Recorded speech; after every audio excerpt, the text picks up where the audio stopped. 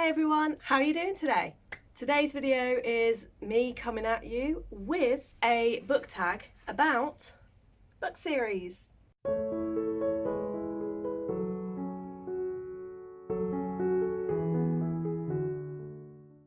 This tag was created by Kevin over at Much Ado About Books. I'm going to link it above so you can go on there, see the books that he talks about, as well as get a copy of the questions if you want to do this tag for yourselves. Most of the questions were really interesting, and as I was listening to the video, I was like coming up with my own ideas, and so I was like, I have to record this now. And so I'm coming at you with 15 questions about books. There's one question that I'm kind of adding to it, but I will talk to you about that in a minute. But I'm not going to hang around, I'm just going to get started. So question one is the best first book in the series, in a series. So pick the book that you feel was either just the best introduction to a series or was better than the rest. And for this, I am picking Crescent City by Sarah J. Maas. As you know, this was book of the year for me last year. I read it twice. Both times I listened to the audio. Both times by the end of the book I was in absolute floods of tears, and I thought it was a fantastic start to the series. Unfortunately, book two severely disappointed me and I only gave it 2.5 stars, and I'm currently undecided whether I'm going to continue the series. But in terms of first books and the introductions, I think it was pretty flawless. And then on the flip side of that, we have the worst first book in the series. For me, I'm choosing Veronica Roth's The Chosen Ones. I read this in January. I think I got about a quarter of the way through it before I thought I might end up DNFing. It then got semi-interesting for about 3 chapters, and then it just went completely, like, I don't know. I just didn't enjoy this book. I think I gave it 2 stars, and I will not be continuing the series. Third book is the best final book of a series, and there was no other book that I came up with, although to be fair, I did think of this series for a few of these questions, but it had to go in because I finished the last book and I sat there and I cried. And it's very rare, like I might cry while reading a book, I might cry listening to things because I'm quite an easy crier. But when it comes to like finishing the book and just having that emotional punch of I don't want this to end, that had to go to A Conjuring of Light, which is the final book in the Dark Shades of Magic series by V.E. Schwab. I sat there, I cried, I desperately wanted there to be more to the series. There now will be. She is currently writing the first book in the new series, Threads of Power, which takes place after and is in the same world and has some of the same characters coming back. And I'm like, but it was the best finale. It had all of the best things in there. It wrapped things up nicely. It could have ended there quite happily, and it had me laughing, it had me crying and gasping, and I didn't see a couple of the things that happened. I was just like, perfection. Number 4, again, on the flip side of that, what was the worst final that you read? And for me, unfortunately, that goes to The Confectioner's Truth by Claire Luana. I really enjoyed the first book. I loved the second book. The third book just bored the out of me. They brought in new characters right towards the end of the book that was supposed to create all this extra drama but didn't quite. And there was no development of this character, so I was like, I really don't care about this guy, get rid of him. Characters that I'd been annoyed at throughout the series, I stayed annoyed at.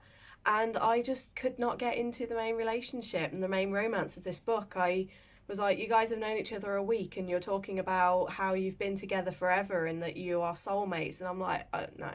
It just had a lot of the tropes I don't like, and I feel it ended quite poorly, unfortunately.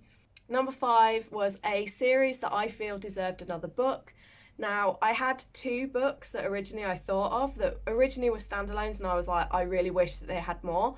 But both of these actually do have stuff coming. So the first one I thought of, I know it's not a series, but I was like, Cemetery Boys was a standalone. But Aidan Thomas has announced that a sequel is in the works.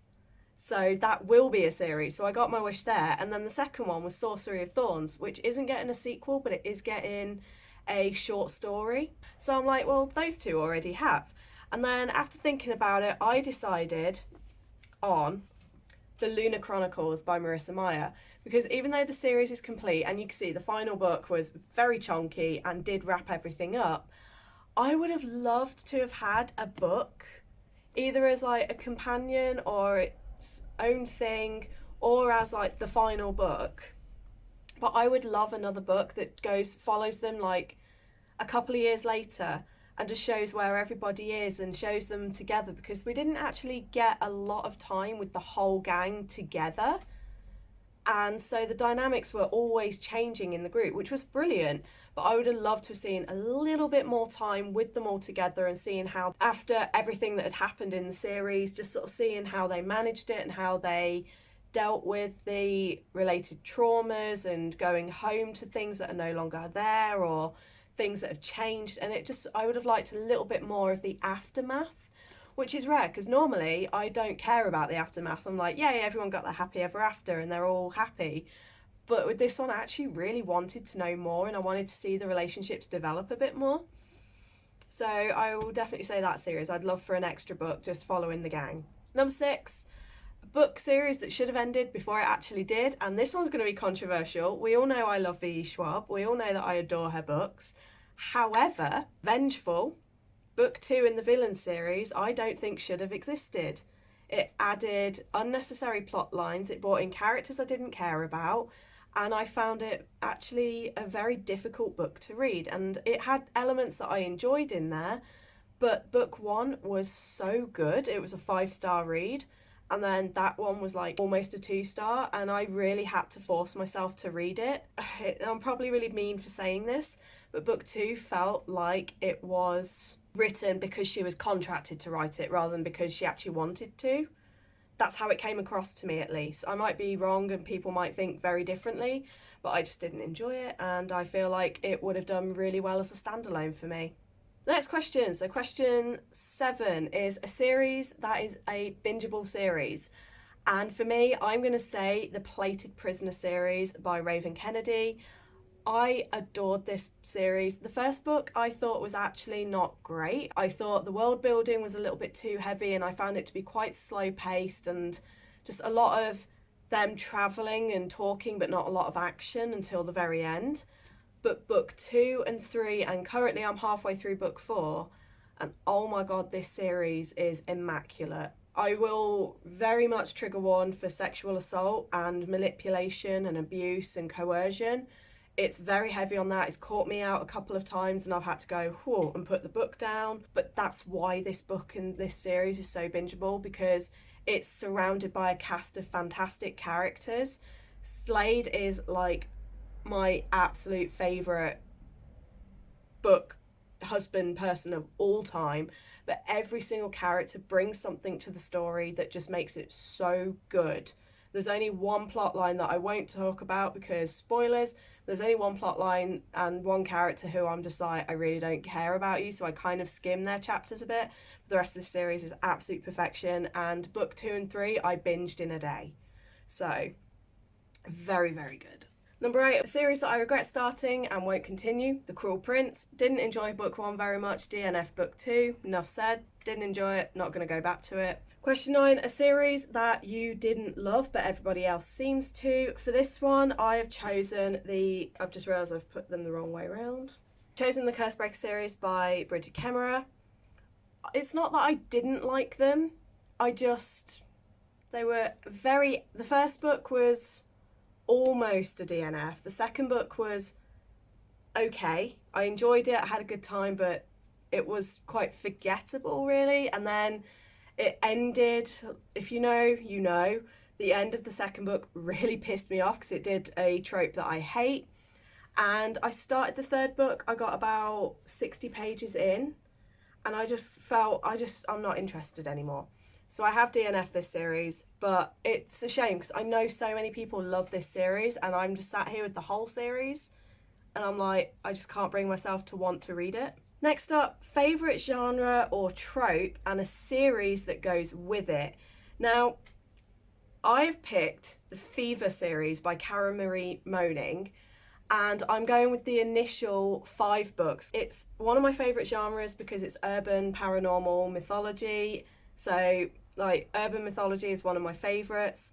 It's then got some of my absolute favourite tropes. We've got Grumpy Sunshine. There's trope of a woman reclaiming her power. So she starts off very weak, but by the end of the series, she's so awesome and she manages to regain power in many different ways. There's begrudging allies, so these two are forced together even though they're complete opposites and they cannot stand to be in the same room as each other. But then there's also got that forced proximity, because again, not only are they forced to work together, they end up having to live together. And there's a slow burn, enemies to lovers type situation. They're not quite enemies, but they just severely dislike each other. And it's got pretty much every single trope in that I love, mixed in with storylines that I love. Number 11 is series that I used to love but no longer do. I've got a couple, honourable mention and not so honourable, but one mention, Harry Potter, but the other series is Carry On. I loved this book series. Book 1, Book 2, absolutely fantastic. Book 3 nearly ended up in the worst book of the series, like the worst final. Number 12 is the book series with the best cast. I've got a couple of honourable mentions again. For this, I've got 3 honourable mentions. We have the Lunar Chronicles, we have the Greatcoats. I haven't finished the series yet, but I'm telling you now, this is one of the best cast of characters I've ever read. There's Dark Shades of Magic. Again, it has some of my all-time favourite characters, including my all-time favourite character, Lila. And the winner of this category goes to Six of Crows, because every single character is just so unique. There's not a single one of them that I don't like. There's all kinds of representation in here. We've got disability rep, we've got different abilities, we've got different ethnicities, we've got different cultures, and just, this cast is so good, and it's one of the best found family banter type families I've ever seen. 13 is the prettiest book covers in a series, and I am going with Girls of Paper and Fire by Natasha Nyan. These books are falling over, but each of these is just so pretty. That's the final. Book 2. And then the first book, I've got the Owl Crate, I believe this is, the Owl Crate edition. But even when it's not the Owl Crate special edition, it's still just so pretty, and it's got gilding and it's shiny, and just that front cover is just absolutely stunning. That series is just so beautiful on the outside, but also the series itself is beautiful, and I need to finish the 3rd book. Number 14 is, do you prefer to binge read or slow read your series? Now, I am very mixed with this one, because I am one or the other. I either sit and I will binge the entire series in one go, or I will read the majority of it in one go, or I am very much like Girls of Paper and Fire I read in 2019. I didn't read Girls of Storm and Shadow until the start of 2021, and then I haven't picked up Girls of Fate and Fury yet. So it's been nearly 4 years, or it's been just about 3.5 years since I started the series, and I'm still not done with it. And there are other series that I started back in 2019 that I haven't read since. And then the final in Kevin's questions is a series that you will or you do reread. It's me, it's Nalini, it's Thai Changeling, my all-time favourite book series. And I have, well, you can tell from the state of some of these books, I have reread them multiple times. I think this one, Branded by Fire, which is book 2, I've read about 5 times. Some of them I've only read once or twice, and then others I've read, and like my favourite one in the series, I've read about 8 or 9 times now. And that book needs replacing soon because my copy is so beaten up. But yeah, that series I have and do reread pretty much every year. I can't read the whole series in 1 year because it's like 26 books now, but I do tend to get through them over the course of about 2 years. I'll reread the whole series. And then I'm doing a quick bonus question that's my own, which is like, what is a series that I need to finish? Because I just haven't got around to it yet. The first one is Girls of Fate and Fury, so the final book in Girls of Paper and Fire. I need to finish this series because I am desperate to. There's also the Shadow Game series by Amanda Foody. I've had King of Fools on my shelf for about a year and a half now. I am so scared to finish that book. There's a few, but those are like my top two that I really, really want to get done, if nothing else, this year. So Girls of Fate and Fury and King of Fools, I definitely need to do before the end of the year. So those are my books for the series book tag. I really hope you guys enjoyed that.